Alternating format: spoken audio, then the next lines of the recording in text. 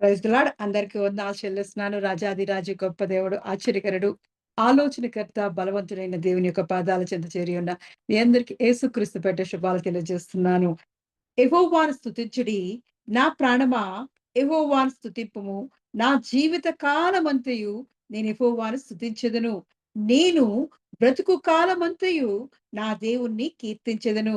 రాజుల చేతనైనను, నరుల చేతనైనను రక్షణ కలగదు. వారిని నమ్ముకొనుకుడి అని. అవును, దేవాది దేవుని స్తుతిస్తున్నప్పుడు మన జీవిత కాలమంతా దేవుణ్ణి ఆరాధిస్తూ ఆయన సన్నిధిలో గడిపినప్పుడు, ఆయన సన్నిధిలో మన బ్రతుకు కాలమంతా ఆయన కీర్తిని ప్రకటిస్తూ ఆయన ఆయన యొక్క నెమ్మది, శాంతి, సమాధానం పొందుకునే వారిగా ఆయన సన్నిధిలో ఉన్నప్పుడు రాజుల చేత, ఈ అధికారుల చేత, ఈ నరుల చేత మనకి ఎటువంటి సహాయం కలగదు. మనకు ఆశ్రయ దుర్గమైన దేవాది దేవుని యొక్క దక్షిణ హస్తముతోనే మనల్ని ఆదుకునే దేవుడు. కాబట్టి ఆయన ఎల్లప్పుడూ స్తుతిస్తున్నప్పుడు ఆయన మేలుతో, ఆశీర్వాదాలతో నింపి మనల్ని బలపరిచే గొప్ప దేవుడు. అటువంటి దేవుని యొద్దకు వచ్చిన మీ అందరికీ యేసుక్రీస్తు పేట శుభాలు తెలియజేస్తూ ఆయన యొక్క దీవెన ఆశీర్వాదాలతో మిమ్మల్ని నింపునుగాక. ప్రారంభ ప్రార్థన ద్వారా దేవుణ్ణి ఆరాధిస్తూ ఆయన సన్నిధిలోకి అడుగు పెడదాం. స్తోత్రం నాయన, స్తోత్రం, స్తోత్రం, స్తోత్రం. ఎంత మంచి దేవుడో దేవా! నీ కృపతో, నీ దీవెనతో, నీ ఆశీర్వాదాలతో దేవా మమ్మల్ని ఇంతవరకు నీ కృపాక్షేమములు దయచేసి నీ సన్నిధికి దేవా మమ్మల్ని క్షేమంగా తీసుకొచ్చిన వాడా నీకు వందనాలు చెల్లిస్తున్నానయ్యా. మా బ్రతుకు కాలమంతా దేవా నిన్ను స్తుతించి ఆరాధించేవారిగా దేవా నీ సన్నిధిలో దేవా నిలుపుకోమని అడుగుచున్నామయ్యా. అయ్యా నీ సహాయం మాకు దయచేయమని అడుగుచున్నాను. కరుణా కటాక్షం కలిగిన వాడా నీకు వందనాలు చెల్లిస్తున్నాను. పరమందాసున్న పరలోక ప్రభువా నీకు వందనాలు చెల్లిస్తున్నాను. అద్వితీయుడానికి వందనాలు చెల్లిస్తున్నాను. స్తుతికి పాత్రుడానికి వందనాలు చెల్లిస్తూ దేవా మా స్తుతుల మీద ఆశీనుడు కమ్మని దేవా అనుదినము నిన్ను ఆరాధించేవారిగా, నిన్ను స్తుతించేవారిగా దేవా, నిన్ను గణపరిచేవారిగా దేవా నీ సన్నిధిగా మమ్మల్ని పిలుచుకోమని దేవా, నీ సన్నిధిలో మమ్మల్ని ఏర్పాటు చేసుకోమని, నీ ఆత్మతో మమ్మల్ని నింపి బలపరచమని యేసుక్రీస్తు యొక్క పరిశుద్ధ నామంలో అడిగి పొందుకున్నాను నా పరమ తండ్రి. ఆమేన్. ఆశ్చర్య అద్భుత దేవుడానికి వందనాలు చెల్లిస్తున్నానయ్యా. ఉన్నవాడు అనువాడైన దేవాది దేవ, ఇదిగో తండ్రి సాయంకాల శ్రీమంత దేవ అయ్యా నిన్ను స్తుతించి ఆరాధించే భాగ్యము మాకు అనుగ్రహించిన వాడానికి వందనాలు చెల్లిస్తున్నానయ్యా. అయ్యా ఇదిగో తండ్రి నీ కృపలతో దేవా, నీ ఆశీర్వాదాలతో దేవా మమ్మల్ని దేవో తండ్రి బలపరిచి నీ సన్నిధికి దేవా క్షేమంగా తీసుకొచ్చిన వాడానికి వందనాలు చెల్లిస్తున్నానయ్యా. నీలాంటి దేవుడు ఎవరున్నారయ్యా? నీలా ప్రేమించే దేవుడు ఎవరు లేరయ్యా. నీలా క్షమించే దేవుడు ఎవరు లేరయ్యా. నీలాగో తండ్రి మా మీద దయ చూపి, కరుణ చూపి దేవా నీ సన్నిధికి దేవా ప్రేమతో మమ్మల్ని దేవా ఎన్నిక లేని, యోగ్యత లేని దేవాన్ని దేవా అయ్యా ఇదిగో తల్లి సన్నిధి మమ్మల్ని పిలుచుకుంటున్నవాడా నీకు వందనాలు చెల్లిస్తూ దేవా, నీకే స్తుతులు చెల్లిస్తూ దేవా, నీ పరిశుద్ధ నామానికి దేవా మహిమ ఘనత చెల్లిస్తూ, నీకే కృతజ్ఞతలు చెల్లిస్తూ, నీ పరిశుద్ధ ఆ మందిరంలోకి, ఆవరణలోకి ప్రవేశించడానికి దేవా నీవిచ్చిన మహాకృపను బట్టి, దయను బట్టి దేవా దేవాది దేవా నీకే వందనాలు చెల్లిస్తూ దేవా ఇదిగో తండ్రి వాక్య దర్శనం చేస్తుండగా దేవా నీ మాతో మాట్లాడమని, నీ వాక్యంతో మనం తృప్తిపరచమని యేసుక్రీస్తు పరిశుద్ధ నామములో అడిగి పొందుకుని ఉన్నాను నా పరమ తండ్రి. ఆమేన్. ఆమేన్. ఈ సాయంకాలపు ఆరాధన కొరకు ఏర్పాటు చేయబడినటువంటి వాక్య భాగము మత్తయి సువార్త 7వ అధ్యాయము 24వ వచనము భారతి సిస్టర్ చదివి వినిపిస్తారు. స్తోత్రం, స్తోత్రం, స్తోత్రం ప్రభువా తండ్రి. మత్తయి సువార్త 7వ అధ్యాయం 24వ వచనం. కాబట్టి ఈ నా మాటలు విని వాటి చెప్పున చేయు ప్రతి వాడును బండ మీద తన ఇల్లు కట్టుకొనిన బుద్ధిమంతుని పోలియుండును. ప్రభు ఈ గొప్ప పరిశుద్ధ వాక్యమును దీవించి ఆశీర్వదించును గాక. ఆమేన్. ఆమేన్. In English, Matthew chapter 7 and verse 24. Therefore, everyone who hears these words of mine and puts them into practice is like a wise man who built his house on the rock. इसलिए जो कोई मेरी ये बातें सुनकर उन्हें मानता है वह उस बुद्धिमान मनुष्य की नाई ठहरेगा जिसने अपना घर चट्टान पर बनाया. దేవుడు ఈ పరిశుద్ధ వాక్యమును దీవించునుగాక. ఆమెన్. చిన్న ప్రార్థన చేసుకుందాం వాక్యము కొరకు. పరిశుద్ధుడైన దేవా నీకు వందనములు, స్తోత్రములు చెల్లిస్తున్నాం తండ్రి. తహిల్లా సంఘముగా ప్రభువా మరి చిన్న మందగా కుటుంబాలుగా మేమందరము మీ సన్నిధిలో చేరి ఉండగా మీ పరిశుద్ధాత్మ సహాయము దయచేయండి. మీ పరిశుద్ధ లేఖనములలో నుండి కొన్ని మాటలను ప్రభువా మరి నీ సేవకురాల ద్వారా మేము విననై ఉండగా మీ ఆత్మ సహాయము, నడిపింపు, మీ కృప ప్రభా మరి బోధిస్తున్న నీ సేవకురాలికి, వింటున్న మాకు అందరికీ కూడా సమృద్ధిగా దయచేయమని, వినగలిగే హృదయాన్ని ప్రభా మరి వినగలిగే చెవులను, గ్రహించగలిగే హృదయాన్ని మాకు దయచేయమని, మా ప్రాణాత్మ శరీరములను మీ అధీనములో ఉంచుకొనమని యేసుక్రీస్తు ప్రభువారి అతి శ్రేష్టమైన నామములో ప్రార్థించి బ్రతిమలాడి పొంది ఉన్నాము తండ్రి. ఆమేన్. ఆమేన్. Praise the Lord. అందరికీ వందనాలు చెల్లిస్తున్నాను. దేవుని గొప్ప కార్యాలు, అద్భుతాలు చేసే రాజాది రాజు యొక్క దేవుని సన్నిధికి వచ్చి మీ అందరికీ యేసుక్రీస్తు పేరిట శుభాలు కలుగును గాక. దేవుని యొక్క దీవెన ఆశీర్వాదాలు నిండుగా మెండుగా మీ మీద కుమ్మరించబడును గాక. ఈ రోజు సాయంకాలపు ఆరాధన కొరకు ఏర్పాటు చేయబడిన పరిశుద్ధ గ్రంథం నుంచి వాక్య భాగము మత్తయి సువార్త 8వ అధ్యాయము 24వ వచనం. మత్తయి సువార్త 8వ అధ్యాయము 24వ వచనం.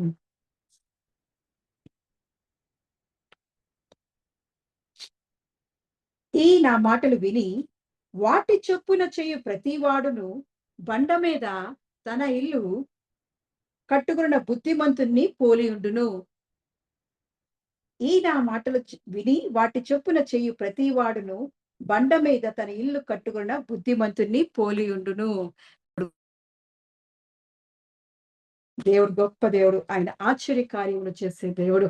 ఈ రోజు మనకి ఇస్తున్న వాగ్దానం ఏంటంటే, ఎవరైతే దేవుని మాటలు విని వాటి చొప్పున చెయ్యు ప్రతి వాడును అంట బండ మీద ఇల్లు కట్టుకున్న బుద్ధిమంతుని పోలి ఉండును అంటున్నాడు.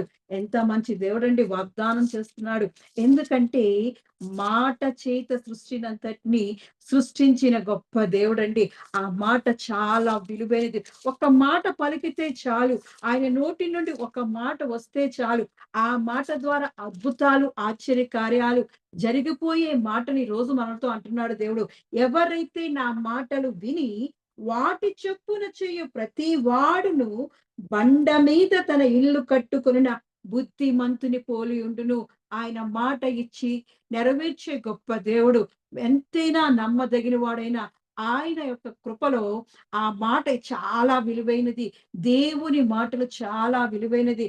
ఆయన మాటతోటి నోటితో జస్ట్ ఇదిగో భూమి అవును గాక, ఆకాశం అవును గాక, జలచరములు అగును గాక, పక్షులు అగును గాక అని ఒక్క మాట పలికితే చాలు, ఎంత గొప్ప సృష్టిని ఈ రోజు మనం అనుభవించేటట్లు ఆయన నోటి మాటకి అంత విలువ ఉంది.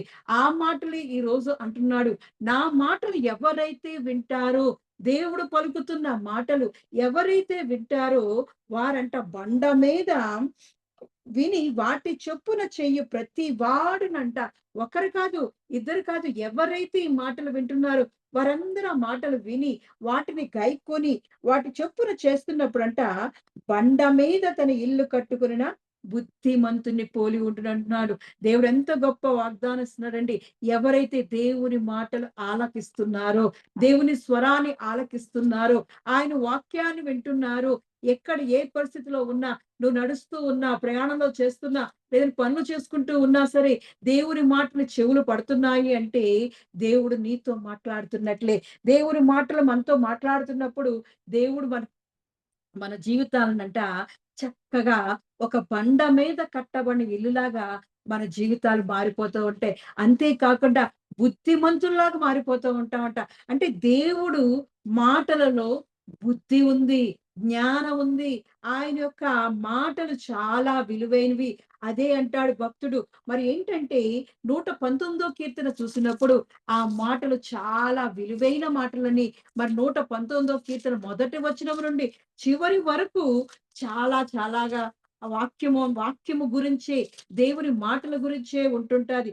అలాంటిది మనం చూసినప్పుడు 4, 5 వచనాలు చూసినప్పుడు, నీ ఆజ్ఞలను జాగ్రత్తగా గైకొనవలెనని నీవు మాకు ఆజ్ఞాపించి ఉన్నావు. ఆహా, నీ కట్టడలను గైకొనున్నట్లు నా ప్రవర్తన స్థిరపడి ఉండిన ఎంత మేలు. ఆమేన్. ఏం చెప్తున్నాడు ఇక్కడ?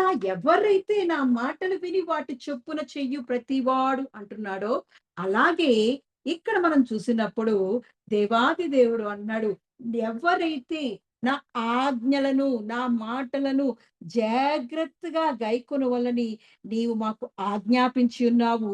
ఆహా! నీ కట్టడలను గైకొనున్నట్లు నా ప్రవర్తన స్థిరపడి యుండినా ఎంత మేలు అన్నాడు.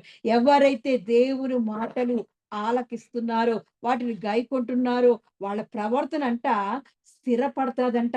ఆ స్థిరపడిన ప్రవర్తన ఎంతో మేలు కలుగుతాదంట. ఆశీర్వాదం కలుగుతాది. మేలంటే ఆశీర్వాదం, ఉపకారం. మరి దేవుని యొక్క ఉపకారం, దేవుని యొక్క కనికరము పొందుకునేటట్లు దేవుని మాటలు విని మనము అభివృద్ధి చెందేవారిగా దేవుడు కోరుకుంటున్నాడు. అందుకే నా మాటలు విని గైకుంటే వారు బుద్ధిమంతుని పోలి ఉంటారన్నాడు. అవును, మనకు బుద్ధి కావాలి, మనకు జ్ఞానము కావాలి. జ్ఞానమైన మాటలు ఎక్కడ దొరుకుతాయి? దేవుని దగ్గర నుంచే దొరుకుతాయి. ఆయన జ్ఞానముతోటే, ఆయన నోటి మాటతో ఎక్కడ ఏముండాలో ఆయన సృష్టించిన దేవుడు. అదే ఆకాశం కింద ఉంటే ఎలా ఉంటదో ఒకసారి ఆలోచించండి. భూమి తిరగబడి ఉంటే ఆలోచించండి. మనం తిరగబడి నడుస్తుంటే ఎలా ఉంటదో ఆలోచించండి. ఆయన జ్ఞానవంతుడు గాబట్టే భూమికి పునాదులు వేశాడు. ఆయన ఎంతో ఆ ఆకాశాన్ని విశాలపరిచాడు. ఆ సముద్రం ఎక్కడ ఉండాలో దానికి హద్దులు పెట్టాడు. ఎంత గొప్ప దేవుడండి. ఆయన యొక్క ధనాగారంలోంచంట గాలి వస్తదంట. ఆయన గుప్పిలు విప్పుతుంటే చాలంట మనకి ఆశీర్వాదాలు వస్తూ ఉంటాయంట. ఇవన్నీ దేవుని వాక్యాలండి. అవన్నీ మనం పొందుకోవాలి అంటే దేవుని మాటలు మనం విని గైకొనేవారుగా ఉంటుండాలి. అలాగే చూస్తున్నప్పుడు దేవుడు మనతో మాట్లాడుతుంటాడు. ఎందుకంటే ఆయన యొక్క ఆశ్చర్యమైన సంగతులను చూచినట్లు నా కన్నులు తెరువుము అంటున్నాడు. ఎప్పుడైతే దేవుని వాక్యం దగ్గరికి వస్తామో మన కన్నులు తెరుస్తాడంట దేవుడు. మన కన్నులు తెరిచి ఆయన మనకి దారి ఏర్పాటు చేసే దేవుడు. మనకి అక్కడున్న పరిస్థితిని మనల్ని చక్కబరచడానికి మన కన్నులు దైవికమైన కన్నులుగా మార్చే దేవుడు. అది ఎవరి మాటల వలనంటే దేవుని మాటల వల్లనే సాధ్యమవుతాది. దేవుని మాటలంటే ధర్మశాస్త్ర గ్రంథంలోని బైబిల్‌లో ఉన్న మాటలే. మనం ప్రతిరోజు మరి కీర్తన మొదటి అధ్యాయమే చూస్తున్నప్పుడు ఎంత గొప్పగా రాశారండి. కీర్తన గ్రంథం దావీదు గారు గ్రహించారు. దేవుని యొక్క మాటలు, దేవుని యొక్క శక్తి ఎక్కడ ఉందో ఆయనకి తెలుసు గాబట్టే ఆయన మొట్టమొదటగా యెహోవా నా కాపరి రాయలేదు. మొట్టమొదటగా ఆ దేవుని యొక్క మాటలు చాలా ఇంపార్టెంట్ అని కాబట్టి దేవుని ధర్మశాస్త్ర గ్రంథం, దేవుని వాక్యం ఎంత ఇంపార్టెంటో ఆయన రాశాడు. మరి చదువుదామా? దుష్టుల ఆలోచన చొప్పున నడువక, పాపుల మార్గమున నిలువక, అపహాసకులు కూర్చుండు చోటను కూర్చుండక, యెహోవా ధర్మశాస్త్రమునందు ఆనందించుచు దివారాత్రము దానిని ధ్యానించువాడు ధన్యుడు. ఆమేన్. అతడు నీటి కాలువల యోరను నాటబడినదై ఆకు వాడక తన కాలమందు ఫలమిచ్చు చెట్టు వలె నుండును. అతడు చేయునదంతయు సఫలమగును. ఆమేన్. అలాగే కింద వచనం చూసినప్పుడు దుష్టులు అలాగున నుండక గాలి చెదరగొట్టు పొట్టువలే నుందురు. కాబట్టి న్యాయ విమర్శలో దుష్టులను, నీతిమంతుల సభలో పాపులను నిలువరు. నీతిమంతుల మార్గము యెహోవాకు తెలియను, దుష్టుల మార్గము నాశనమునకు నడుపును. ఆమేన్. చూస్తున్నాం కదా! ఫస్ట్ వచనం అంటున్నాడు దేవుడు. దుష్టుల ఆలోచన చెప్పున నడువక, పాపులు మార్గము నిలవక. కానీ ఇక్కడ మనకి ఈరోజు చెప్తున్న మాటేంటి? దేవుడు మనకు మత్తయి సువార్త 7వ అధ్యాయం 24వ వచనంలో అంటున్నాడు. ఈ నా మాటలు విని వాటి చొప్పున చేయు ప్రతి వాడును బండ మీద తన ఇల్లు కట్టుకొనిన బుద్ధిమంతుని పోలి అన్నాడు. ఇక్కడ మనకు మొదటి వచనం చూసినప్పుడు దావీదు గారు రాసిన మొదటి వచనాన్ని చూసినప్పుడు దుష్టులు ఆలోచన చొప్పున నడవక, పాపుల మార్గమును నిలవక, అపహాసకులు కూర్చుండ చోట కూర్చుండక. ఇక్కడ మనం చూసినప్పుడు దేవుడి యొక్క సన్నిధిలో కాకుండా, దేవుడి యొక్క మాటలు వినకుండా, దేవుడి యొక్క మాటలకి చెవి పక్కకు పెట్టేసి మనకి దుష్టులతోటి, లోకంతోటి మనం తిరుగుతున్నప్పుడు అక్కడ ఏం జరుగుతుందంటే ఏం జరుగుతది? మరి చక్కగా మనకందరికీ తెలుసు.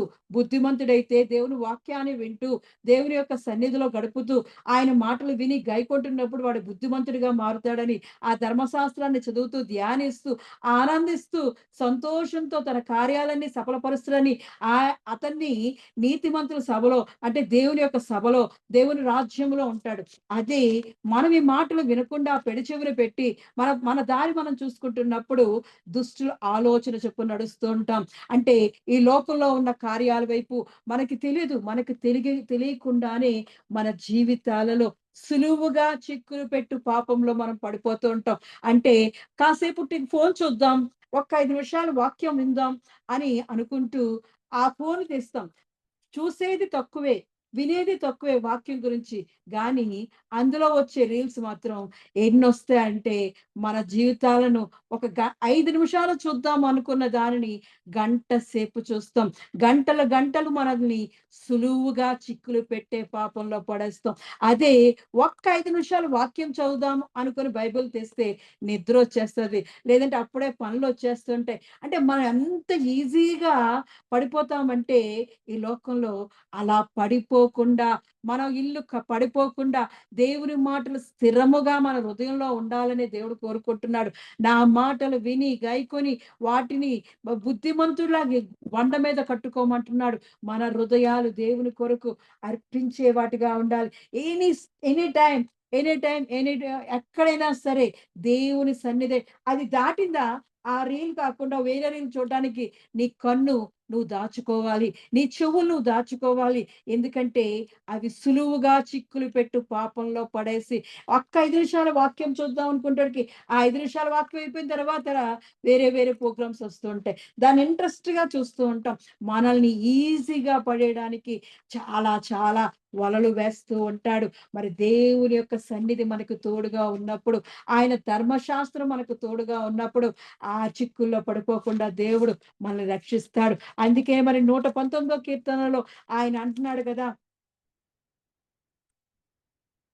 25 వచనం చూసినప్పుడు నా ప్రాణము మంటిని హత్తుకొనుచున్నది.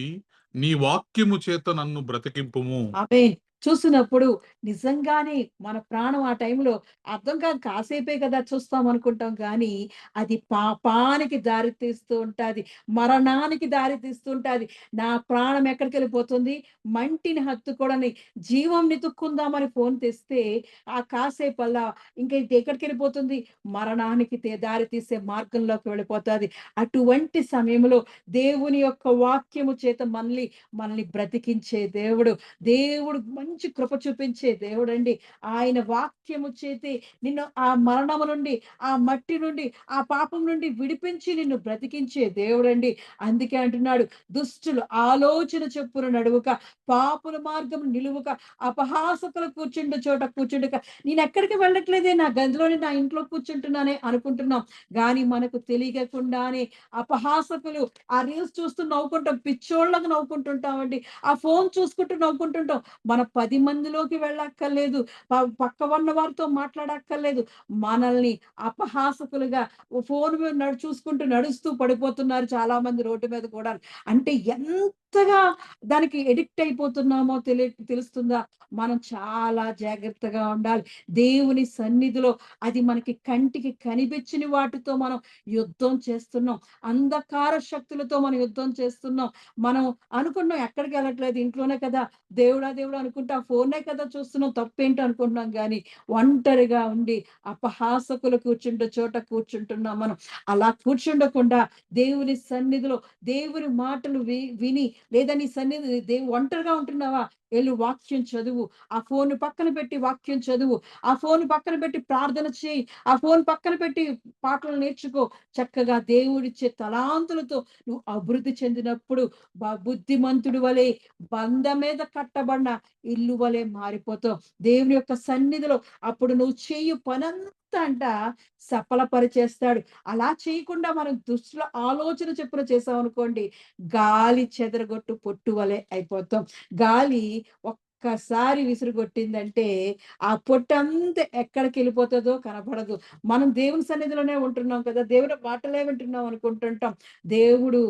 దేవుడొచ్చే సమయంలో మన తీర్పు దినములో అదిగో ఫలానా సమయంలో నీతో మాట్లాడిన మాటలు అని దేవుడు ఏం చేస్తాడో తెలుసా? ఆకాశమును, భూమిని మనకి సాక్షులుగా పెడతాడు. అంతేకాకుండా ఈ తూలాలు మనకి సాక్ష్యాలు పలుకుతాయంట.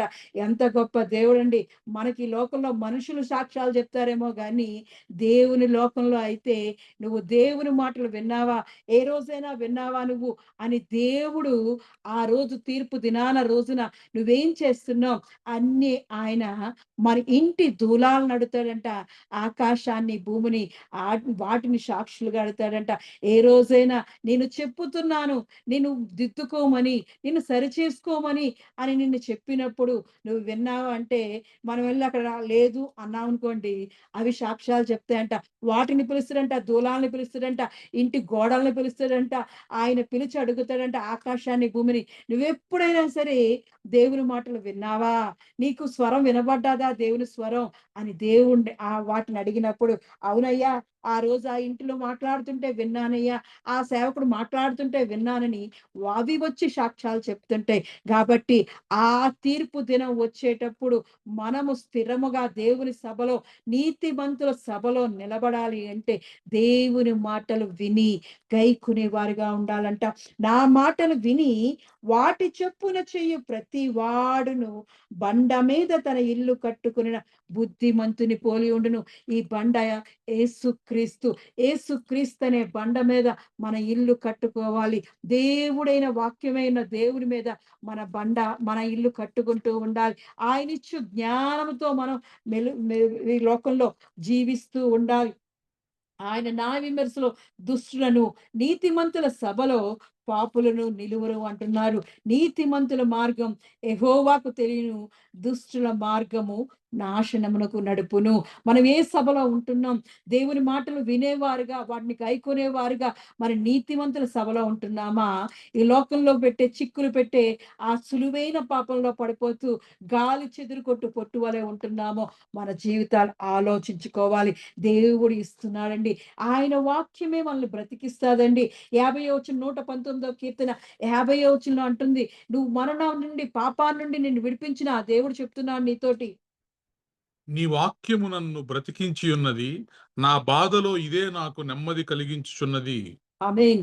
దేవుడి సన్నిధిలో ఉంటున్నప్పుడు మన హృదయాలను బతికించి అదే నెమ్మది కలిగిస్తుంటది. మనకి కష్టం వచ్చినా, కన్నీరు వచ్చినా, బాధ వచ్చినా, నిట్టూర్పు వచ్చినా సరే ఆయన మరి ఆయన మనం విడిచిపెడతామేమో గాని ఆయన విడిచిపెట్టడు. ఆయన మాటలు విని గైకొన్నప్పుడు నువ్వు బండ మీద కట్టబడుతున్నప్పుడు, యేసుక్రీస్తుని బండ మీద కట్టుకున్నప్పుడు, నీ హృదయాన్ని కట్టుకున్నప్పుడు బుద్ధిమంతుని పోలి ఉంటావు కాబట్టి ఆయన సభలో, నీతిమంతుల సభలో నిలిచి ఉంటాం. అంతేకాకుండా దేవుడు ఆయన మన హృదయాలకు నెమ్మది ప్రకటిస్తూ ఉంటాడు. ఆయన నెమ్మది, శాంతి, సమాధానం దయచేసి ఆయన యొక్క మార్గములో మనల్ని నడిపించే దేవుడు. అంతే కాకుండా మనం చూసినప్పుడు దేవుడు మనల్ని ఎంతగానో కృపతో, ఆయన దేవుడు ఆశీర్వాదాలతో మరి మనల్ని బలపరుస్తున్న దేవాది దేవుడు. అంతే కాకుండా దేవాది దేవుని సన్నిధిలో మనం చూసినప్పుడు 7వ అధ్యాయం, మత్తయి సువార్త 7వ అధ్యాయం 24వ వచనం నుంచి మనం చదివినప్పుడు, ఎందుకు బుద్ధిమంతుడు అని దేవుడు చెప్పాడు. అక్కడ బుద్ధిమంతుడు ఉన్నాడంటే బుద్ధిహీనుడు ఉంటాడు. ఇందాక మనం చూసాం కదా! నీతిమంతులు ఉన్నారు, అక్కడ దుష్టులు ఉన్నారు. అంటే అక్కడ ఇద్దరు ఉంటారు. మనం ఏ ప్రకంలో ఉంటున్నాం? దేవుని మాటలు వినేవారుగా ఉంటున్నామా? లేదా దేవుని మాటలు పెడచెవిన పెట్టేవారుగా ఉంటున్నామా? అనే దాన్ని బట్టి మనం బుద్ధిమంతులమా, బుద్ధిహీనులమా అని తెలుస్తది. వాన కురిసెను, వరదలు వచ్చెను, గాలి విసిరి ఆ ఇంటి మీద కొట్టెను గాని, దాని పునాది బండ మీద వేయబడెను గనుక అది పడలేదు. మరియు ఈ నా మాటలు విని వాటి చొప్పున చేయని ప్రతివాడు ఇసుక మీద తన ఇల్లు కట్టుకొనిన బుద్ధిహీనుని పోలియుండును.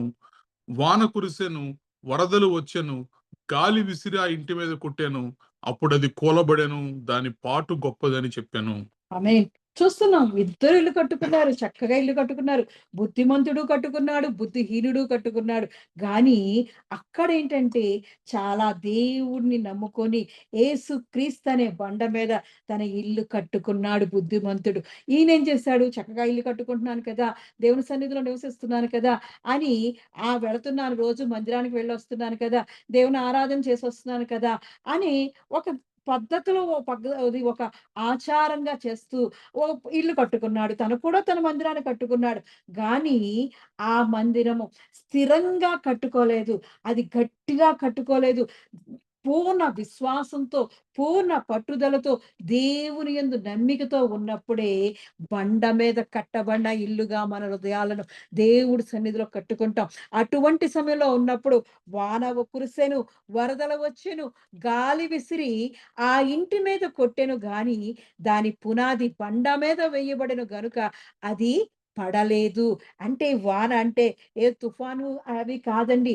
మన హృదయాల్లో, మన కుటుంబాల్లో, మన జీవితాల్లో వచ్చే వాన వంటి, తుఫాను వంటి, గాలి వంటి కష్టాలు చూసి, బాధలు చూసి, కన్నీరు చూసి, మన జీవితాల్లో ఆశీర్వాదాలు లేవని బాధ చూసి అని మనం కృంగిపోయి, కృషించిపోయే టైంలో కూడా ఎప్పుడైతే దేవుని మీద పూర్ణ విశ్వాసంతో మనము ఆనుకొని ఉంటున్నామో, అప్పుడు ఆ కృంగిపోయే, నిరాశపరిచే ఆ కష్టాల వైపు చూడం, ఆ బాధల వైపు చూడం, ఆ కన్నీరు వైపు చూడకుండా నా దేవుడు నాకున్నాడు గాబట్టి, నేను ఎప్పటికైనా నా దేవుడు నన్ను రక్షిస్తాడు, నా పక్షాన దేవుడు యుద్ధం చేస్తాడు అని ఊరక నిలబడి చూచేవారిగా ఇజ్రాయేలుల వలె మనం నించుంటామండి. ఎంత గొప్ప దేవుడండి. ఆయన మీద ఆనుకున్నప్పుడు ఆయన మనల్ని రక్షించే దేవుడని నమ్మిన వాళ్ళే బుద్ధిమంతులు. లేదు, ఇల్లు కట్టుకున్నారు చక్కగా, దేవుని సన్నిధిలో కట్టుకుంటున్నాడు. కానీ ఆయన ఏం చేస్తున్నాడు? ఇసుక మీద కట్టుకున్నాడు. ఇసుక మీద ఏదో దేవుని మీద నమ్మకం పెట్టుకొని, దేవుని మీద ఆశ్రయం చెంది, దేవుడి కార్యం చేస్తాడు. నాకు అవసరం ఉన్నప్పుడు నేను దేవుని దగ్గరికెళ్తాను. నాకు అవసరం లేనప్పుడు నా కార్యాలు నేను చూసుకుంటాను అన్న వాళ్ళే ఇసుక మీద కట్టబడిన ఇల్లండి. నిజంగా చెప్తున్నాను. ఇది దేవుని వాక్యం. మనము స్థిరముగా దేవునిలో ఉన్నప్పుడు దేవుడు మనల్ని పడిపోనివ్వకుండా బుద్ధిమంతుని వలె బండ మీద కట్టబడిన ఇల్లు వలె ఉంటాం. దేనికి కృంగిపోం. అనారోగ్యం వచ్చినా, అది ఆర్థిక ఇబ్బంది అయినా సరే, అది ఎంత కష్టమైనా సరే, మరణమైనా సరే, దాని విషయంలో కృంగిపోకుండా దేవుడు చూసుకుంటాడు అనే నిరీక్షణతో కలిగి వారు జీవిస్తూ ఉంటారు. అది ఇసుక మీద కట్టబడిన మరి ఆ బుద్ధిహీనుడైతే ఎప్పుడైతే దేవుడు అవసరం ఉంటాదో, దేవుడి కార్యాలు కావాలనుకుంటామో, దేవుడి ఆశీర్వాదాలు కావాలనుకుంటామో, ఆ టైపు బుద్ధిహీనుడిది. అందుకే తను కూడా ఇల్లు కట్టుకున్నాడు. దేవుని యందు ఏదో నమ్మకం. దేవుని దగ్గరికొస్తే నా కార్యాన్ని సఫలపరుస్తాడు. దేవుని దగ్గరికొస్తే ఈరోజు నా ప్రార్థన ఆలకిస్తాడు. దేవుడి దగ్గరికొస్తే నా కా నా నాకు స నా కార్యాన్ని సఫలపరుస్తాడు అనే ఉద్దేశంతోటి తన అవసరాల కొరకే ఆ ఇల్లుని ఇసుక మీద కట్టుకున్నాడు. ఆ ఇల్లు కట్టుకున్నప్పుడు గట్టిగా ఒక్క దెబ్బ తగిలితే ఆ ఇల్లు కూలిపోతాది. అవును. అటువంటి స్థితిలో మనం ఉండకూడదు. దేవుని యొక్క నీతిమంతుల సభలో, దేవుని యొక్క సన్నిధిలో బండ మీద కట్టబడిన స్థిరమైన ఇల్లులా ఉండాలి. బుద్ధిమంతునికి పోలే మనం దేవుని సన్నిధిలో అమూల్యమైన విశ్వాసంతో, నిరీక్షణతో, విశ్వాసంతో మనం కట్టబడాలి. ఆ ఇల్లు చూసినప్పుడు, ఆ ఇల్లు కట్టుకొనిన వాడిని చూసినప్పుడు వాన కురిసెను, వరదలు వచ్చెను, గాలి విసిరి ఆ ఇంటి మీద కొట్టెను. అప్పుడది కూలబడెను. దాని పాటు గొప్పదని చెప్పెను. ఇది చూస్తున్నాం కదా! ఆ ఇసుక మీద అవసరం కొరకే దేవుడిని వాడుకునేవారండి. ఆ ఇసుక మీద కట్టుకునేవాళ్ళు. వాళ్ళు కష్టాలొచ్చినప్పుడు, బాధలొచ్చినప్పుడు ఎక్కడా దేవుడు దగ్గరికి రారు. దేవుని సన్నిధి దూరం అయిపోతారు. దేవుని సన్నిధి దూరం అయిపోయి, దేవుని సన్నిధిలో నాకీ కార్యం చేయలేదు కదా! నాకీ పరిస్థితి చక్కబడలే కదా! నా జీవితంలో కార్యాలు జరగట్లేదు కదా! అని దూరంగా వెళ్ళిపోతారు. ఆ ఇల్లు కూలిపోతాది. మనము మాత్రం దేవుని మాటలు విని, గైకొని, దేవుని సన్నిధిలో స్థిరమైన బండ వంటి మన గృహాలు కట్టుకుంటూ ఉండాలి. మన హృదయాలను దేవుని సన్నిధిలో నిర్మించుకుంటూ ఉండాలి. మరి చూసినప్పుడు మత్తయి సువార్త 13వ అధ్యాయంలో చక్కటి వాక్యం దేవుడు సెలవిస్తూ ఉంటాడు. అక్కడ ఎవరైతే దేవుని మాటలతో కట్టుకుంటుంటారో వాళ్ళు ఎలా ఉంటారో దేవుడు చక్కగా సెలవిస్తుంటాడు. ఆ దినమందు యేసు ఇంట నుండి వెళ్లి సముద్ర తీరమున కూర్చుండెను. బహుజన సమూహములు తన యొద్దకు కూడి వచ్చినందున ఆయన దోణి ఎక్కి కూర్చుండెను. ఆ జనులందరూ ధరణి నిలిచి ఉండగా ఆయన వారిని చూచి చాలా సంగతులను ఉపమాన రీతిగా చెప్పెను. ఎట్లనగా, ఇదిగో, విత్తువాడు విత్తుటకు బయలు వెళ్ళెను. వాడు విత్తుచుండగా కొన్ని విత్తనములు త్రోవ ప్రక్కను పడెను. పక్షులు వచ్చి వాటిని మృంగివేసెను. కొన్ని చాలా మన్ను లేని రాతి నేలను పడెను. అక్కడ మన్ను లోతుగా ఉండనందున అవి వెంటనే మొలిచెను గాని సూర్యుడు ఉదయించినప్పుడు అవి మాడి వేరు లేనందున ఎండిపోయెను. కొన్ని ముండ్ల పొదలలో పడెను. ముండ్ల పొదలు ఎదిగి వాటిని అణిచివేసెను. కొన్ని మంచి నేలను పడి ఒకటి నూరంతలుగాను, ఒకటి అరవదంతలుగాను, ఒకటి ముప్పదంతలుగాను ఫలించెను. చెవులు గలవాడు వినుగాక అని చెప్పెను. దేవుడు చెప్తున్నాడు గదా! చెవులు గలవాడు వినుగాక. ఎవరి మాటలండివి? దేవుని మాటలు చెప్తున్నప్పుడు ఆయన మాటలు విని గైకొన్నవాడు, చెవులు గలవాడు. మనకి చెవులుంటే మనం ఆలకిస్తాం. మన పనులెన్నున్నా సరే, ఎంత కష్టమున్నా సరే, ఎన్ని బాధలున్నా సరే, దేవుని సన్నిధిలో ఆయన చెప్పే మాటలకు మనం చెవు పెడతాం. ఆయన చక్కగా చెప్తున్నాడు.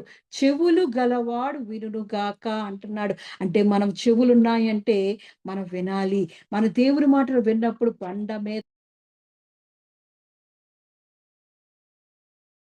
పడిపోతామండి. మన చెవులు దేవుని మాటలకిచ్చినప్పుడు దేవుడు చెప్తున్నాడు. ఆయన చక్కగా విశ్రాంతి ఆ సమయంలో ఎళ్లి చక్కగా ఆ సముద్రం ఒడ్డున కూర్చున్నప్పుడంట ఆయన దగ్గరికి చాలా జనసమూహంలొచ్చారంట. ఆ జనసమూహం చూసినప్పుడు వారిని చూసి వారి దగ్గరికెళ్లి వారితో మాట్లాడుతున్నాడు. ఆ జనసమూహంతోటి వారికి చెప్తున్నాడు. విత్తువాడు విత్తుటకు బయలు వెళ్ళెను. విత్తువాడు ఏంటి విత్తుతున్నాడు? వాక్యం విత్తుతున్నాడు. చక్కటి వాక్యం విత్తుతున్నాడు. దేవుని యొక్క జ్ఞానాన్ని విత్తుతున్నాడు. ఆ మాటలు విని గైకొనాలని దేవుడు ఆశపడుతున్నాడనమాట. అందుకే లాస్ట్‌లో చెవి గలవాడు వినుగాక. అంతమంది అక్కడికొచ్చారు కదా! వాళ్ళందరూ వినే ఉంటారంటారా? ఎవరో వినకుండా ఉండుంటారు. అందుకనే దేవుడు ఆ లైన్ కూడా రాసాడు. చెవులు గలవాడు వినుగాక అని రాసాడంటే చాలా ఇంపార్టెంట్ విషయం అక్కడ. ఎందుకంటే అక్కడ అంతమంది వచ్చారు. ఇదిగో విత్తువాడు విత్తుటకు బయలు వెళ్ళెను. వాడు విత్తుచుండగా కొన్ని విత్తనములు త్రోవ పక్కన పడెను. పక్షులు వచ్చి వాటిని మృంగివేసెను. ఒక మనిషి కొన్ని విత్తనాలు పట్టుకొని, దేవుని మాటలు పట్టుకొని చల్లుకుంటూ వెళ్ళిపోతున్నాడంట. ఆ వాక్యాన్ని వె జల్లుతూ వెళ్తున్నాడు. మనం చూస్తుంటాం గదా! మన వీధుల్లోని సువార్త ప్రకటిస్తూ ఉంటారు. వారిని చూస్తున్నప్పుడు వాళ్ళు మనకిష్టమైతే వింటాం. లేదంటే ఆళ్ళ చేతిలోంచి కరపత్రాలు తీసుకుంటాం. అన్నీ చేస్తాం. లేదంటే వాళ్ళంటే ఇష్టం లేకపోతే అసలు తలుపులు కూడా తీయకుండా తిట్టుకుంటారు. అలాంటిదే ఇక్కడ కూడా జరుగుతుంది. సువార్త చేస్తున్నాడంట. విత్తువాడు బయలుదేరాడు. చక్కగా సువార్త ప్రకటిస్తూ ఆ దేవుని వాక్యాన్ని ప్రకటిస్తూ వెళుతుంటే అక్కడ కొన్ని విత్తనాలేమో ఆ రోడ్డు పక్కన కూర్చున్న వాళ్ళకి వినపడ్డాయంట. వాళ్ళు విన్నారు. చక్కగా వింటున్నారు. ఆళ్ళందరూ చక్కగా రోడ్డు మీద వింటున్నప్పుడు చాలా సేపటి తర్వాత ఏమైంది, వాళ్ళు మళ్ళీ మాట్లాడుకున్నారు. ఆ విత్తనాలు విత్తేసి వెళ్ళిపోయిన తర్వాత, ఇదిగో ఇలా వచ్చి వాక్యం చెప్తుంటారు అని మళ్ళీ వాళ్ళేంటంటే, ఈ లోక రామాయణంలో పడిపోతారు. అంటే పక్షులు వచ్చి వాటిని తిని వెళ్ళిపోతాయి. ఒకరి మనసు మంచిగా దేవుని వైపు తిరిగినా సరే, ఒరేయ్ ఇలాగ చెప్తారు ప్రతిరోజు వచ్చి, ఇదిగో పరలోక రాజ్యం దగ్గరగా వచ్చేసింది. దేవుని రాజ్యం సమీపంగా ఉంది. రండి దేవుని రక్షణ పొందండి అని చెప్తారు అని వారిని వ్యతిరేకిస్తూ మాటలు మాట్లాడేటప్పటికి వాళ్ళ హృదయాల్లోంచి ఆ మాటలు ఎవరు ఎత్తుకెళ్ళిపోతున్నారు? పక్షులు, ఆకాశ పక్షులు ఎత్తుకెళ్ళిపోతున్నాయి. అంటే ఈ లోక పక్షులు, ఈ లోక మాటల వైపు మనం తిరిగిపోతూ ఉంటాం. రో దారిలో పడిన విత్తనాలు. రెండోది చూసినప్పుడు కొన్ని చాలా మన్ను లేని రాతి నేలన పడెను. అక్కడ మన్ను లోతుగా ఉండునందున అవి వెంటనే మొలిచెను గాని, సూర్యుడు ఉదయించినప్పుడు అవి మాడి వేరు లేనందున ఎండిపోయెను. కొంతమంది దేవుని మాటలు చక్కగా ఆలకించి, అవును దేవుడి కార్యాలు గొప్ప కార్యాలు. ఆయన యొక్క మాటలు వింటే దేవుడు సన్నిధికి వెళితే మనకి నెమ్మది, శాంతి, సమాధానం కలుగుతాది అని చాలా, చాలా సంతోషపడి ఆ మాటలు అంగీకరిస్తారు. కానీ వారి జీవితాల్లో ఎప్పుడైతే, ఎప్పుడైతే సూర్యుడు ఉదయించినప్పుడు అది మాడి వేరు లేనందున ఎండిపోయే మాటలుగా అయిపోతుంటాయి. అంటే వాళ్ళ మీదకి ఏదైనా బలమైన కష్టం రాగానే లేదంటే వాళ్ళలో మీకో విషయం తెలుసా? ఇది నేను చాలా సార్లు విన్నాను. ఎవరైనా ప్రార్థన చేయండి అని కొత్తగా మన దగ్గరికొచ్చే వాళ్ళ కోసం ప్రార్థన చేస్తున్నప్పుడు, వాళ్ళ జీవితాల్లో కొత్తగా కార్యం జరుగుతూ ఉంటది.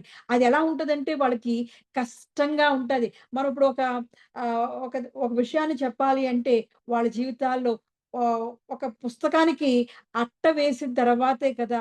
ఆ పుస్తకం అందంగా మారుతది. ఆ అట్ట వేయడానికి ముందు మనకేం కావాలి? ఒక మంచి పుస్తకం కావాలి. ఒక అట్ట కావాలి. దానికి ఒక మంచిగా లేబుల్ కావాలి. అవన్నీ సమకూరాలి కదా! అవన్నీ సమకూరాలి. ముందు పుస్తకమే కొనాలంటే మన దగ్గర డబ్బులుండవు. ఆ డబ్బులకి కావాలి అంటే అప్పుడు ముందు ఏం కావాలి? ఆ కష్టం వస్తది. ఆ డబ్బులు లేని పరిస్థితే వస్తది. మా కోసం ప్రార్థన చేయండి. ఇలా మాకు ఆర్థిక పరిస్థితి బాలేదండి. మా కుటుంబంలో పరిస్థితి బాలేదండి. వాటిని చక్కదిద్దాలండి అని ప్రార్థన చేస్తున్నప్పుడు దేవుడు కార్యం ఆయన దానిని కడుగుతున్నప్పుడు, పరిశుభ్రపరుస్తున్నప్పుడు, వారి దగ్గర ఏమీ లేనప్పుడు వారనుకుంటారు, అయ్యయ్యో! ఇదిగో ప్రార్థన చేయడం వల్ల మాకింకా కష్టాలు పెరిగిపోయి, మాకు బాధలొచ్చేసాయని ఆ వేడి తట్టుకోలేక, అయ్య బాబోయ్! మాకొద్దులేండి దేవుడు అని పక్కకు తప్పిపోతారు. అలాంటి వారేనండి. వీళ్ళు కూడా మన్ను లోతుగా ఉండనందున, ఆ సూర్యుడు ఎప్పుడైతే ఆ వేడి తగులుతాదో, దేవుని యొక్క ఆ వేడి తగులుతాదో, ఆ ప్ర ఆ దేవుని యొక్క ప్రసన్నత వీరికి దగ్గరికి వస్తుందో, వారు అది తట్టుకోలేరు. అది దేవుని సన్నిధి అని, దేవుని ప్రసన్నత అని, ఆ దేవుని యొక్క సహాయం అని అర్థం కాక, వాళ్ళు అయ్య బాబోయ్! మాకొద్దు. ఈ వేడి మేము తట్టుకోలేం, ఈ బాధ మేము తట్టుకోలేం, ఈ కష్టాన్ని మేము తట్టుకోలేమని పక్కకు వెళ్ళిపోతుంటారు. మన్ను లోతుగా లేకపోతే దేవుని హృదయాల్లో దేవుడు దేవుని హృదయంలో అంతరంగాల్లో మనం పూజించకపోతే మనము కూడా అలాగే ఉంటాం. అలాగే ఇందాకల చూస్తాం కదా! ఇసుక మీద కట్టబడిన ఇల్లు దానితోటే పోలుస్తున్నాడు దేవుడు.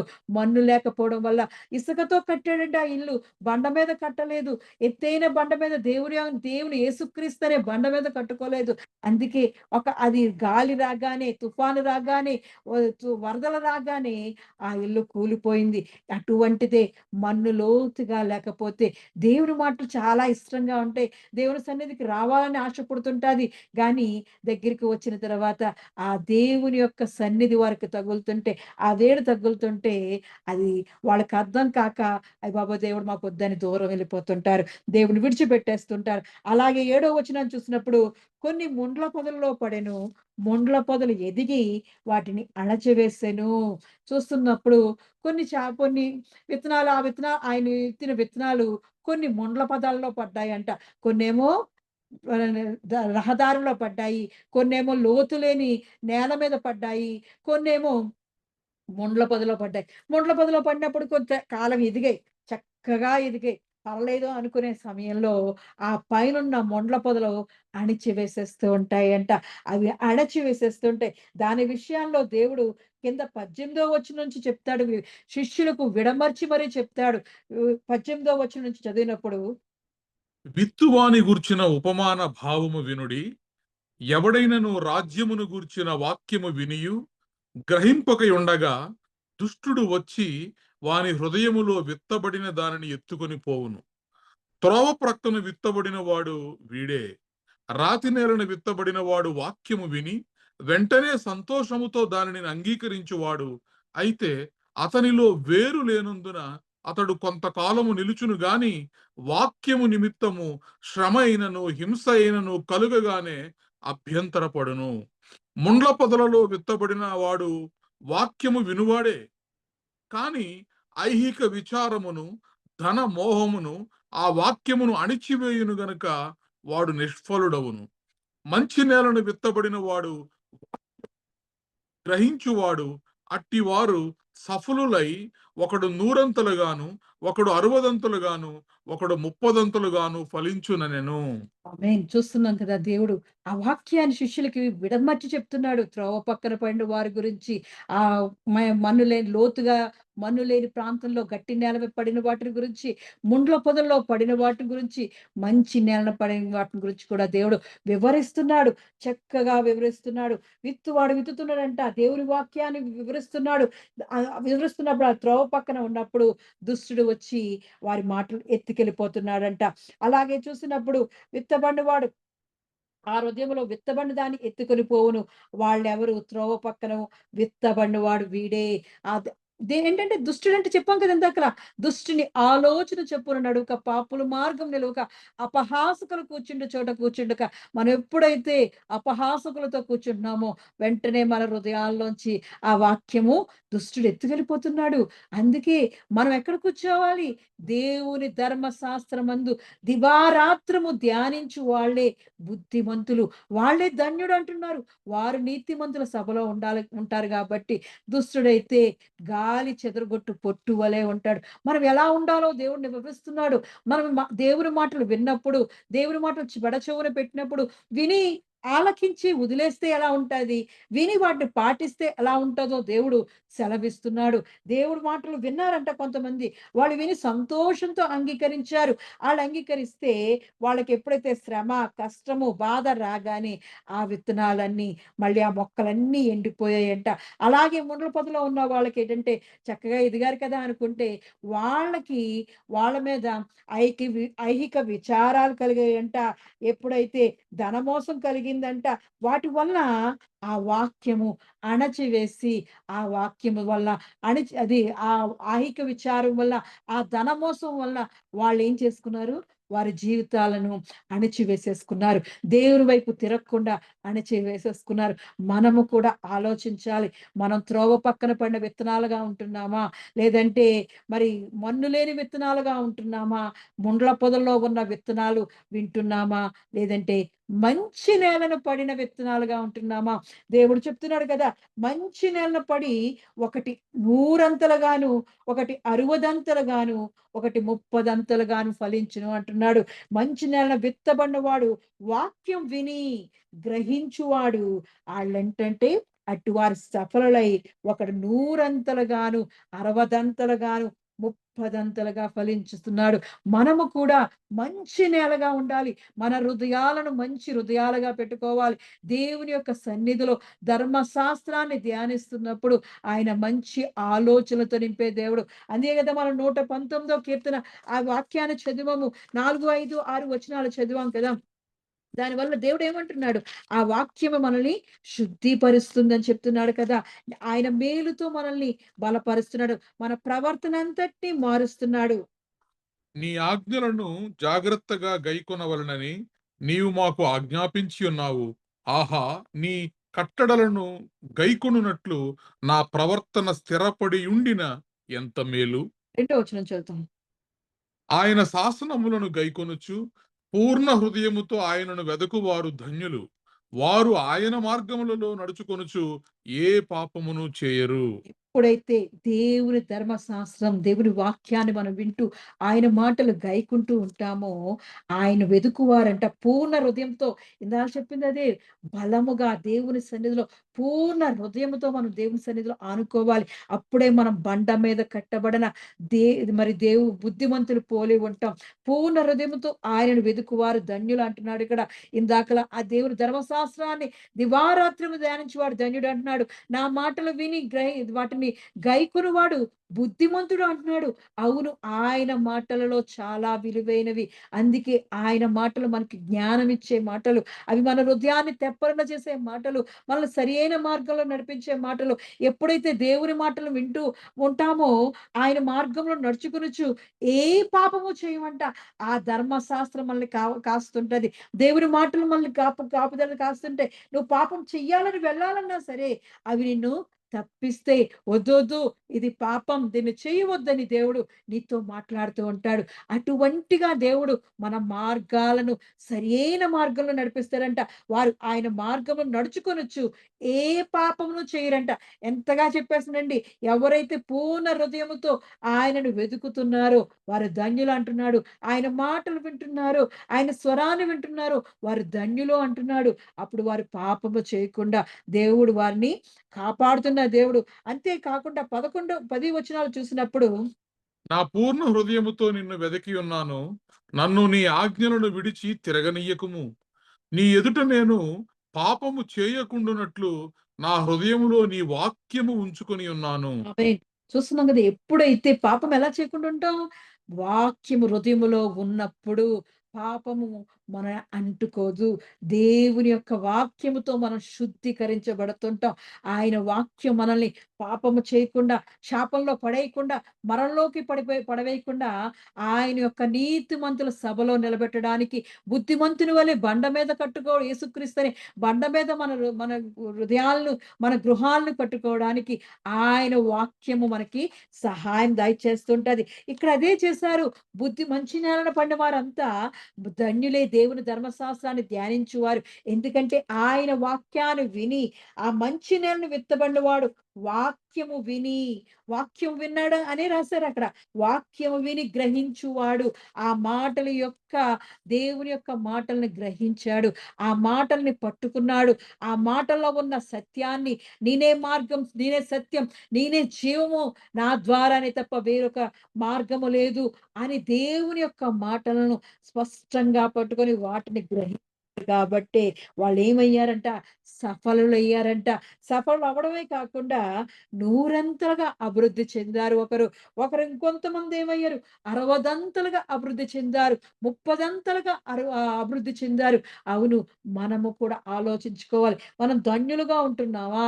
లేదంటే మరి దుష్టులుగా ఉంటున్నామా? బుద్ధిమంతులుగా ఉంటున్నామా? బుద్ధిహీనులుగా ఉంటున్నామా? మంచి నీళ్ళన పడ్డామా? లేదంటే త్రోవ పక్కన పడుతున్నాయా? లేదంటే మరి మన్ను లేని లోతుగా మన్ను లేని నేల మీద పడుతున్నామా? ముండ్ల పొదల్లో పడుతున్నామా? మంచి నేల మీద మన విత్తనాలు వేసుకుంటున్నామా? ఇది దేవుని యొక్క వాక్యం అండి. దేవుని యొక్క మాటలు స్పష్టంగా మనం ఆలకించి గ్రహించినప్పుడు ఆయన యొక్క ఆశీర్వాదాలను నూరంతలుగా పొందుకుంటాం. ఆయన యొక్క తలాంతులను 60దంతలుగా పొందుకుంటాం. ఆయన యొక్క దీవెనలు 30దంతలుగా పొందుకుంటామండి. ఆ దీవెనల ఆశీర్వాదాలు ఆయన సన్నిధిలో నిత్యము మనం నిలిచి ఉండాలి అంటే ఏ గాలి తుఫాను వచ్చినా, వరద వచ్చినా, ఏ కష్టం వచ్చినా సరే మేము పడిపోకుండా స్థిరముగా పూర్ణ హృదయముతో నా యేసుక్రీస్తే అనే బండ మీద మనం కట్టుకోవాలి. మంచి నేలను పడమని ఆయన అడుగుతున్నాడు. మంచి నేలను పడితే మనం అభివృద్ధి చెందుతాం. అందుకే అన్నాడు, నా మాటలు విని వాటి చొప్పున చెయ్యు ప్రతివాడును బండ మీద తన ఇల్లు కట్టుకున్న బుద్ధిమంతుని పోలి ఉండును అంటున్నాడు. దేవుడు గొప్ప దేవుడండి. ప్రతిరోజు మనతో మాట్లాడుతున్నాడు. ఆయన వాక్యముతో మనల్ని ఉదక స్నానం చేయిస్తున్నాడు.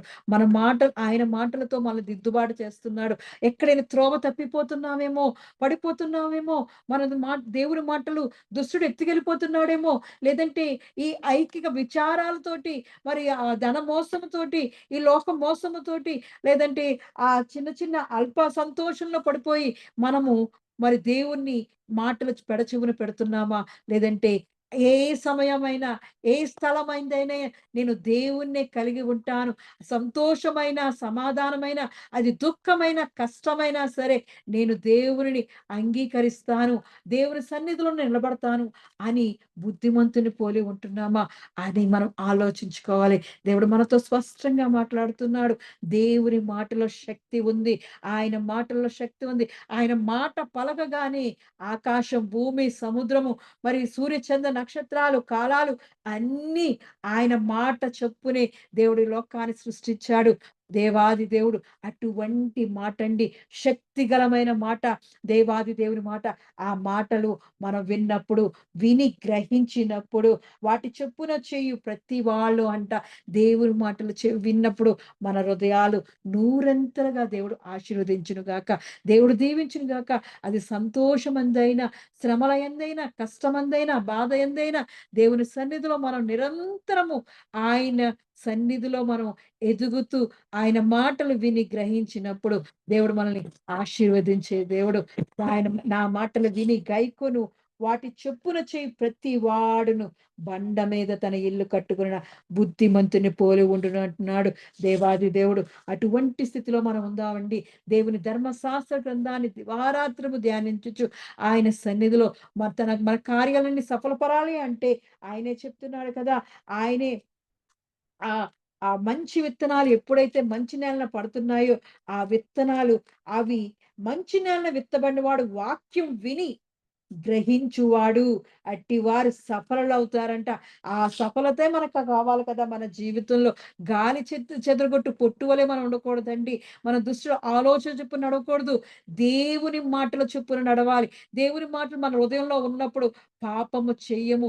ఆయనే మన ప్రవర్తన అంతట్లో మనకి మేలుతో నింపే దేవుడు. ఆయన తన ఆలోచనలతోటి మనల్ని బ్రతికించే దేవుడు. ఆ వాక్యమే మనల్ని బ్రతికిచ్చేది. ఆ వాక్యమే మనకు ఆధారమైంది. కాబట్టి ఆ వాక్యాన్ని మనం ధ్యానించి, మనం దేవుని సన్నిధిలో సఫలత పొందేవారిగా, నూరంతలుగా, అరవదంతలుగా, ముప్పదంతలుగా దేవుని సన్నిధిలో దీవించబడేవారిగా, బుద్ధిమంతుల వలె మనం దేవుని సన్నిధిలో ధన్యుల వలె ఉండడానికి ఆయన కృప నిత్యము మన మీద కుమ్మరించబడును గాక. ఆమేన్.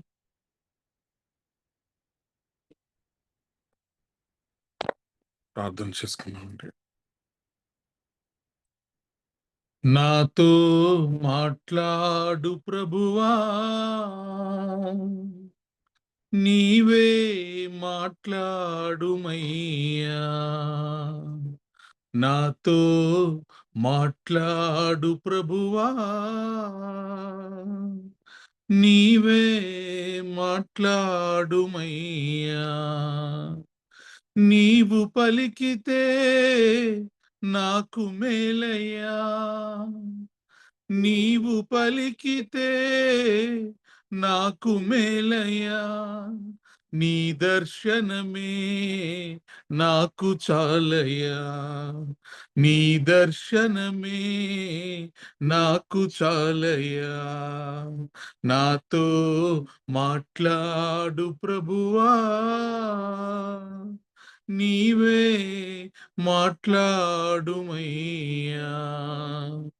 నీ వాక్యమే నన్ను బ్రతికించేది, నా బాధలలో నెమ్మదినిచ్చేది.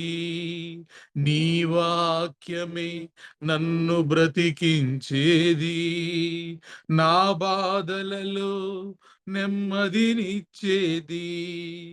నీవు పలికితే నాకు మేలయ్యా, నీవు పలికితే నాకు మేలయ్యా. నీ దర్శనమే నాకు చాలయ్యా, నీ దర్శనమే నాకు చాలయ్యా. నాతో మాట్లాడు ప్రభువా, నీవే మాట్లాడుమయ్యా. మహోన్నతుడైన మా దేవ, నీ నామమునకు వేలాది వందనములు, స్తుతులు, స్తోత్రములు చెల్లిస్తున్నాం తండ్రి. ఇంతవరకు మాతో మాట్లాడిన దేవా, నీకు వందనములు, నీకు స్తోత్రములు చెల్లిస్తున్నామయ్యా. అవును ప్రభువా, నీ ఆజ్ఞలను గైకొని వాటి చొప్పున నడుచువాడు బండ మీద ఇల్లు కొట్టుకున్న వాడు బుద్ధిమంతుడు అని మీ వాక్యము సెలవిస్తోంది. అవును ప్రభువా, అనేక మార్లు వాక్యము విన్నట్లుగానే ఉంటున్నాము గాని ఆ వాక్యమును గైకొనే విషయములో మేము విఫలులమైపోతున్నామయ్యా. ఎంత చక్కని ప్రభువా, మరి ఉపమాన రీతిగా మీరు మాతో మాట్లాడారు నాయనా. మరి వాక్యమును విని వెంటనే విడిచిపెట్టేసేవారు, దుష్టుడు వచ్చి ఆ వాక్యమును వారి హృదయముల నుండి ఎత్తుకొని పోయేవారిగా ఉంటున్నారు. ప్రభువా, వాక్యము విని మరి వెంటనే సంతోషపడుతున్నారు, కానీ వేరు లేనందున ఆ వాక్యము వారి జీవితాల్లో ఫలించట్లేదు. ఈ రాత్రి మాతో మాట్లాడిన దేవా, మీకు వందనాలు, మీకు స్తోత్రాలు చెల్లిస్తున్నా. మీ వాక్యములో మేము బలమైన వేరు కలిగి వేరు తన్ని లోతునకు వేరు పారునట్లు. దేవా, మీ వాక్యము ద్వారా మమ్మల్ని ఆదరించినందుకే మీకు వందనాలు. Thank you Lord, thank you Jesus. ఇదిగో ప్రభువా, రాతి నేలన విత్తబడిన వాడు వాక్యము విని వెంటనే సంతోషముతో దానిని అంగీకరించువాడు. అయితే అతనిలో వేరు లేనందున అతడు కొంతకాలము మాత్రమే నిలుచును. ఈరోజు ఎందరైతే ప్రభువా నీ తట్టు తిరిగి సంతోషంతో నీ యొద్దకు వచ్చి మరి కొంతకాలము వరకే నిలవబడుతున్నారు, వారు రాతి నేలన విత్తబడినటువంటి వారుగా మిగిలిపోతున్నారు. Thank you Lord, thank you Jesus.